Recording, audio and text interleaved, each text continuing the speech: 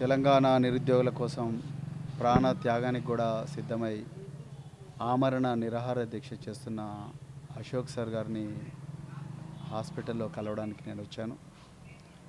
వారి ఆరోగ్యం దురదృష్టవశాత్తు రోజు రోజుకు క్షీణిస్తూ ఉన్నది.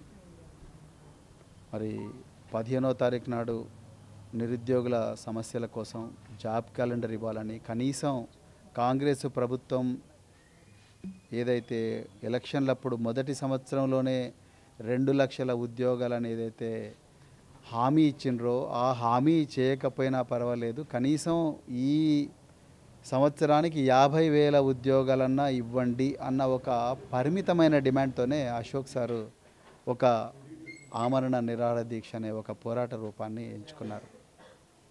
నిజానికి ఆయన ఆరోగ్యం బాగుండదు. మరి ఇంతకు ముందు కూడా 3-4 సార్లు ఆమరణ నిరాహార దీక్ష చేసి ఉన్నారు. ఆయనతో పాటు చాలామంది నిరుద్యోగులు కూడా ఆమరణ నిరాహార దీక్ష చేశారు. చేసిన ప్రతిసారి కూడా పోలీసు వాళ్ళు వాళ్ళను అణచివేయని ఈ రూపం అంటూ లేదు. ఆయన ఏ అపార్ట్మెంట్ కాంప్లెక్స్ ఉంటాడో వాళ్ళందరినీ భయపెట్టించారు. ఆ అపార్ట్మెంట్ కాంప్లెక్స్ వాళ్ళందరూ కూడా ఆయనను వెలివేసే విధంగా కుట్ర చేసింది పోలీసులే. అదేవిధంగా ఆయనను చాలా ఇంట్లో ఆమరణ నిరాహార దీక్షను కూడా ఇబ్బంది పెట్టిండ్రు. అదేవిధంగా ఆయన దగ్గరికి ఏ నిరుద్యోగిని కూడా రానివ్వలేదు, ఆయన దగ్గరికి మీడియా రానివ్వలేదు. ఆయన దగ్గరికి వచ్చిన నిరుద్యోగుల ఫోటోలు, నిరుద్యోగుల వివరాలు తీసుకొని మీరు ఇక్కడికి వస్తే రేపు మీకు ఉద్యోగం వచ్చినా ఈ యాంటిసిడెంట్ వెరిఫికేషన్లో మీరు దొరుకుతారని భయపెట్టిస్తున్నాడు రేవంత్ రెడ్డి. ఇది 3వసారి ఆయన చేస్తున్నారు.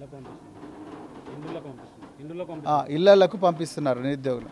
సో నిరుద్యోగుల ఇళ్లకు కూడా పోలీసు వాళ్ళని పంపిస్తున్నారు, లైబ్రరీల దగ్గరికి పోలీసులు పంపిస్తున్నారు. ఇలా నేను రేవంత్ రెడ్డి గారిని ఒక్కటే ప్రశ్నించాలనుకున్నా, ఎందుకు మీకు ఇంత కసి, ఇంత భయం, ఇంత పిరికి పందాయి ఉంటే మరి ఎట్లా మీరు ముఖ్యమంత్రిగా ఉన్నారో మాకైతే అర్థం కావడం లేదు.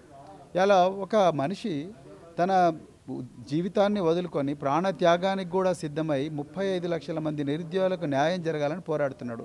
ఆయన మీ ఫామ్ హౌస్లు అడగలేదు, లేకపోతే మీ దొంగతనంగా సంపాదించిన భూములు అడుగుతలేరు, లేకపోతే మీ కుటుంబ సభ్యుల మీద మీరు పెట్టుకుంటున్న కంపెనీలలో వాటా అడగడం లేదు, మీ ఫైనాన్స్ డిపార్ట్మెంట్కి వచ్చి 20% కమిషన్లు అడగడం లేదు. ఆయన అడుగుతున్నదంతా కేవలం నిరుద్యోగులకు కనీసం 50,000 ఉద్యోగాలు ఇవ్వండి అని. దాన్ని కూడా మీరు యాక్సెప్ట్ చేయకపోతే మరి ఎందుకున్నట్టు మీరు ముఖ్యమంత్రిగా? కనీసం ఇంతవరకు ఒక మినిస్టర్ రాలేదు, ఒక ఎమ్మెల్యే రాలేదు, ఒక ఎమ్మెల్సీ రాలేదు. అతను వచ్చి నీ డిమాండ్లు ఏంటి అని అడిగే పరిస్థితి కూడా ఈరోజు లేదు. నిరుద్యోగ సమస్య మీద బూట్ క్యాంప్ రౌండ్ టేబుల్ పెడదామని పర్మిషన్ తీసుకున్న తర్వాత కూడా సుందరయ్య విజ్ఞాన కేంద్రంలో వచ్చి వాళ్ళందరినీ అరెస్ట్ చేస్తారు. చిక్కడపల్లి సెంట్రల్ లైబ్రరీ పోయి చదువుకుందామని పోతే కూడా అరెస్ట్ చేస్తారు. మరి ఏం చేయాలి ఇప్పుడు నిరుద్యోగులు? పోనీ టీజీపీఎస్సీ ఆఫీస్ దగ్గరికి పోయి వాళ్ళ బాధలు చెప్పుకుందామంటే ఆ గేట్ల దగ్గర 100 మంది పోలీసులను పెట్టిండ్రు. హైకోర్టుకు పోయి మరి హైకోర్టులో వాళ్ళ బాధలను కూడా విన్నవించుకుంటే హైకోర్టు ఇచ్చిన తీర్పును అమలు చేయండి అంటే మళ్ళీ అప్పీల్కి పోతున్నారు. ఇప్పుడు మరి అశోక్ సార్ కానీ ఇలాంటి పోరాట యోధులు ఏం చేయాలి? మీరే చెప్పండి రేవంత్ రెడ్డి గారు. ఇలా ఆయన ప్రాణాలకు ప్రమాదం అయ్యే పరిస్థితి వచ్చింది. మేమిద్దరం నిజంగా కూడా నేను వచ్చింది ఇప్పటికైనా మరి ఆలోచించి నీ ఆరోగ్యం ముఖ్యము, తర్వాత ఆరోగ్యం బాగుంటే తర్వాత రాష్ట్ర వ్యాప్తంగా తిరుగుదాము, రాష్ట్ర వ్యాప్తంగా నిరుద్యోగం చైతన్యవంతం చేద్దామంటే ఆయన వినడం లేదు. నాకు 50,000 నిరుద్యోగులకు 50,000 ఉద్యోగాల ప్రకటన చేయాల్సిందే ప్రభుత్వం. నేను 2 లక్షలు అడుగుతలేను కదా, నేను 50,000 అడుగుతున్నా కదా, 50,000 ఉద్యోగాలు ప్రకటన చేయమని అంటున్నాడు. దానికి కూడా ఎందుకు గవర్నమెంట్ వెనక ముందు అవుతున్నది? ఇప్పటివరకు మీరు ఇచ్చింది కేవలం 5,089 ఉద్యోగాలు ఇచ్చిండ్రు. మీరు ప్రామిస్ చేసింది 2 లక్షలు. ఆయన అడుగుతున్నది 50,000 ఉద్యోగాలు. 50,000 ఉద్యోగాల ప్రకటనను వేయాలిగా మీరు, అది కూడా చేయడం లేదు. గ్రూప్ 1 అట్లనే మోసం చేసిండ్రు, అన్ని జాబ్ క్యాలెండర్ మోసం చేసిండ్రు, నిరుద్యోగులను విద్యాజ్యోతి పథకం కింద అది చేస్తాం ఇది చేస్తాం అది కూడా మోసం చేసిండ్రు. 20 నెలల నుంచి మోసం మోసం మోసం. ఒక్క రోజైనా పిలిచి మాట్లాడిండ్రా ముఖ్యమంత్రి? మాట్లాడలేదు. పోనీ మీ అభ్యర్థులందరూ మరి మీ ఛాంబర్ దాకా వస్తాం, మీ ఇంటి దాకా వస్తామంటే వాళ్ళని అరెస్ట్ చేసిండ్రు. గురుకుల బ్యాక్లాగ్ల విషయంలో అట్లా అన్యాయం చేసిండ్రు. 29 జీవో, అదే ఘోరమైన జీవో 29 జీవో సుప్రీంకోర్టు దాకా పోతే కూడా సుప్రీంకోర్టులో కూడా కోట్ల రూపాయలు లాయర్లకు కోట్ల రూపాయలు ఖర్చు పెట్టి అక్కడ కూడా అది బెంచ్ మీదకి రాకుండా చేసిండ్రు.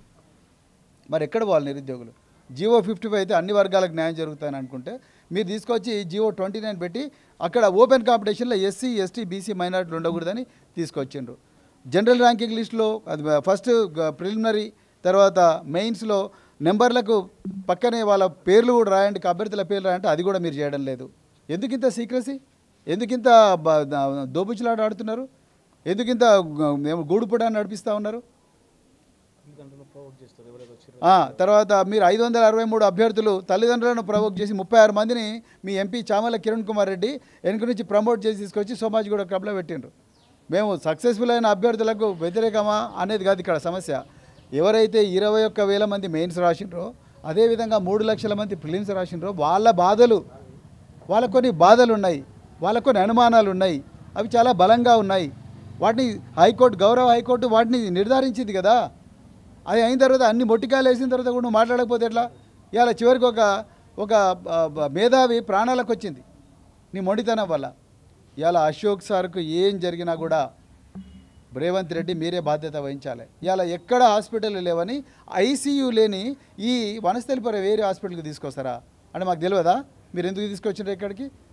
ఒక చిన్న రూమ్లో పడేసిండు మీరు ఆయన, అందులో చుట్టుపక్కల అందరూ పేషెంట్లు ఉన్నారు. ఒక మేధావిని 15 సంవత్సరాల నుంచి నిరుద్యోగుల కోసం పోరాటం చేస్తున్న ఒక వ్యక్తిని, ఒక బహుజన వర్గాలకు చెందిన వ్యక్తిని మీరు ట్రీట్ చేసే విధానం ఇదేనా? ఒక ఐసీయూను హాస్పిటల్లో పెట్టొచ్చు కదా, ఒక గాంధీలో పెట్టొచ్చు, లేకపోతే నిమ్స్లో పెట్టొచ్చు కదా. ఇక్కడ తీసుకొచ్చి ఏ హాస్పిటల్లో పెడతారు? డాక్టర్లు అందరూ ఆందోళన చెబుతున్నారు, సార్ ఈయన పరిస్థితి ఏమైపోతుందేమో, గంట గంటకు అగమ్య గోచరంగా మారుతున్నది, మేము ఐసీయూ ఉన్న పెద్ద హాస్పిటల్కి తీసుకుపోవడం అని చెప్తుంటారు కూడా పోలీసు వాళ్ళు వినడం లేదు. నిరుద్యోగులు వచ్చి ఆయన కనీసం చూస్తామంటున్నారు, ఎందుకు అలో చేస్తలేరు పోలీసు వాళ్ళు?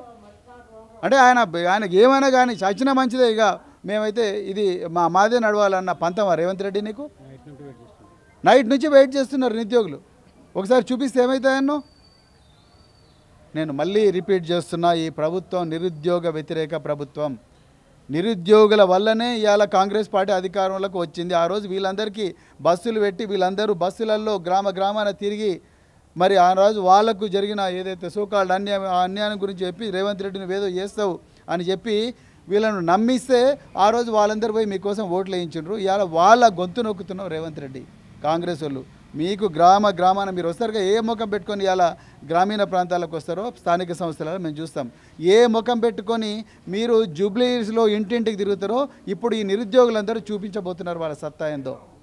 ఏ మాత్రం సిగ్గు శరం ఉన్నా ఈరోజు సాయంత్రం కల్లా మీరు ఆ 50,000 ఉద్యోగాల ప్రకటన చేయండి. మీ గ్రూప్ ఆఫ్ ఎమ్మెల్యేస్ను ఈ హాస్పిటల్కి పంపించండి. అదేవిధంగా అశోక్ సార్ను అర్జెంటుగా హయ్యర్ సెంటర్కు షిఫ్ట్ చేయండి. ఆయన ప్రాణాలు అంత ఆరోగ్యంగా లేడతను. గంటకు మారుతుంది ఆయన పరిస్థితి. ఇదే విషయాన్ని మేము డిమాండ్ చేస్తూ మరొకసారి మరి అశోక్ గారిని కాపాడుకోవాల్సిందిగా నిరుద్యోగులందరినీ కూడా ఎక్కడున్నా కూడా మీరు దయచేసి పోరాటం చేయండి. మీ అందరి కోసం ఒక వ్యక్తి తన ప్రాణ త్యాగానికి కూడా సిద్ధమై ఇవాళ మరి ఆమరణ నిరాహార చేస్తున్నాడు. నిరుద్యోగులందరూ కూడా అశోక్ సార్ వెంట నడవాల్సిందిగా కోరుకుంటూ మరొకసారి జై తెలంగాణ. 10 ఏళ్ళు అధికారం నుండి నిరుద్యోగులను పట్టించుకోలేదు. మేము వచ్చిన సంవత్సరంలోనే దాదాపు 60,000 ఉద్యోగాలని కొందరు, 70,000 ఉద్యోగాలను కొందరు ఇస్తున్నారని చెప్తున్నారు. నైతిక అర్హత లేదు బీఆర్ఎస్కి, కావాలని నిరుద్యోగుని రెచ్చగొడుతుంది అని చెప్పేసి అంటున్నారు కాంగ్రెస్. నైతిక అర్హత లేనిది కాంగ్రెస్ వాళ్ళకు ఈ రాష్ట్రంలో ఉండే నైతిక అర్హత లేదు. ఈ రాష్ట్రంలో అసెంబ్లీకి పోయే నైతిక అర్హత లేదు. ఈ రాష్ట్రంలో సచివాలయంలో కూర్చునే నైతిక హక్కు లేదు, వాళ్లకు లేదు. బీఆర్ఎస్ పార్టీ అధికారంలో ఉన్నప్పుడు 2,68,000 ప్రభుత్వ ఉద్యోగాలు ఇచ్చింది. కాంగ్రెస్ పార్టీ వచ్చిన 20 నెలల్లో కేవలం వాళ్ళు ఇచ్చింది 5,089 ఉద్యోగాలకే నియామక పత్రాలు ఇచ్చిండ్రు. మిగతా అంతా కూడా బీఆర్ఎస్ హయాంలోనే వచ్చిన నోటిఫికేషన్లు, వాళ్ళే పెట్టిన ఎగ్జామ్లు. వీళ్ళు పొడిచింది ఏముందండి పెద్దగా? వీళ్ళు ఏం బీకిండని ఆ మాట మాట్లాడుతున్న నైతిక అర్హత లేదని అసలు వాళ్లకు నైతిక అర్హత లేదు. వాళ్ళు ఎంపీలుగా ఉండే నైతిక అర్హత లేదు, ఎమ్మెల్యేలుగా ఉండే నైతిక అర్హత లేదు, ఎమ్మెల్సీలుగా ఉండే నైతిక అర్హత లేదు. చిక్కడపల్లి సెంట్రల్ లైబ్రరీ కాదు కదా, గ్రామీణ ప్రాంతాల్లో ఏ లైబ్రరీకి కూడా, ఏ కాలేజీకి పోయే నైతిక అర్హత ఈరోజు కాంగ్రెస్ ప్రభుత్వంలో ఎవ్వరికీ లేదు. ఇది వాస్తవం. ఈరోజు మీరు నిరుద్యోగుల దగ్గర రావాలంటే కూడా 100 మంది పోలీసులు.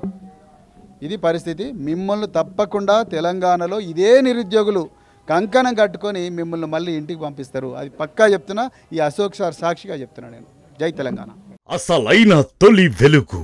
ఫాలో వాట్సాప్ @తొలి వెలుగు అఫీషియల్.